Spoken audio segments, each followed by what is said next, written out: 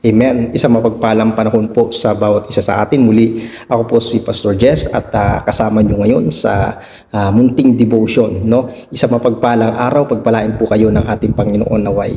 Maayos po ang inyo pong kalagayan. So bago po tayo magsimula, no? Tayo po muna ay manalangin. Panginoon, salamat Lord sa sandaling ito at nagamit nyo po ang amin pong mga buhay, Panginoon, sa pagbabahagi ng mga salita na malaking tulong, hallelujah, sa amin pong buhay pananampalataya. Salamat po Panginoon sa mga salita na amin pong mapapakinggan sa pagkakataong ito. In Jesus' name, amen, amen, amen. Okay, sa araw pong ito ay pag-uusapan po natin ang huling salita ng atin po Panginoon at ito po ay ang ika-6 na salita. Okay, ang sinabi niya po doon ay naganap na.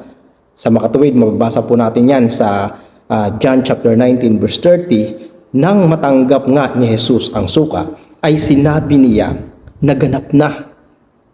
Iniyukayok ang kaniyang ulo at nalagutan ang kaniyang hininga.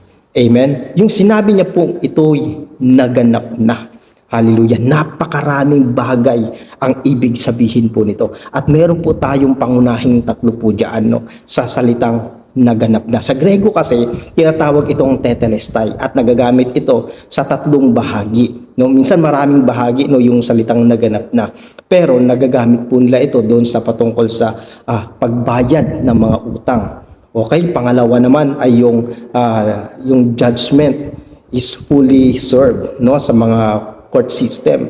At pangatlo naman sa mga digmaan kapag nananalo sila. No, yun ang sinisigaw nila, tetelestai. At ngayon naman po ay ginamit din ito ng atin pong Panginoong Diyos or naganap na, sinabi ng Biblia. Ibig sabihin, natapos na ang misyon na ibinigay ng Ama sa kanya pong anak dito po sa mundo. At yun ay ang iligtas po tayo. Sagipin tayo mula sa atin pong mga kasalanan. Sagipin tayo mula sa puot ng ating pong Diyos. Ngayon, binigyan niya tayo ng pagkakataon sa kanya pong pagkamatay. Amen. Nung sinabi niyang naganap na, kasabay noon, nabayaran din yung atin pong mga kasalanan. Yung mga kasalanan natin noon, hallelujah, past, present, and future.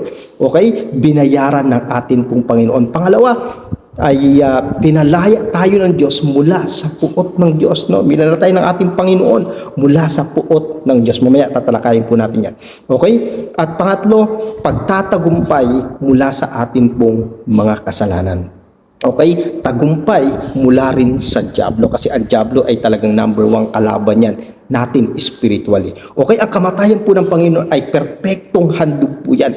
Wala na pong makakagaya niya na kahit ano. At dahil dyan, hindi na natin kailangan na mag-alay pa ng mga hayop, no, mag-alay ng kung ano-ano at susunugin po sa harapan ng Diyos, no. Hindi na po kagaya ng lumang tipan. Binago ng Diyos ang konsepto dahil sa ngalan ng ating pong Panginoon, dahil sa inihandog ng Panginoong Hesus na kanya pong katawan. Perpekto po yun, walang bahid at hindi nagkaroon ng history ng kahit anong kasalanan.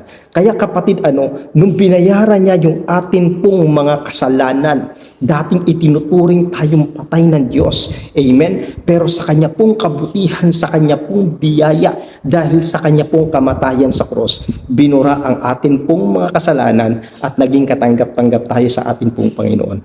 Alam niyo kapatid, yung pagpapatawad po ng Diyos, kailangan kiniklaim na natin yan eh. Kasi hindi na po yan mababawi, hindi na po yan mawawala. Amen? Kailangan lang natin ipagpatuloy. Okay? Ang sabi ng Colossus chapter 2 verse 13, ito po yung kanina, sabi niya po dito, noong una, itinuturing kayong mga patay. Hallelujah. Dahil sa mga kasalanan ninyo. Amen. Subalit ngayon, binuhay kayo ng Diyos kasama ni Kristo. Pinatawad niya ang lahat ng ating kasalanan at binura, hallelujah, ang listahan ng mga kasalanang dapat nating panagutan. Hallelujah, dami palang dapat panagutan.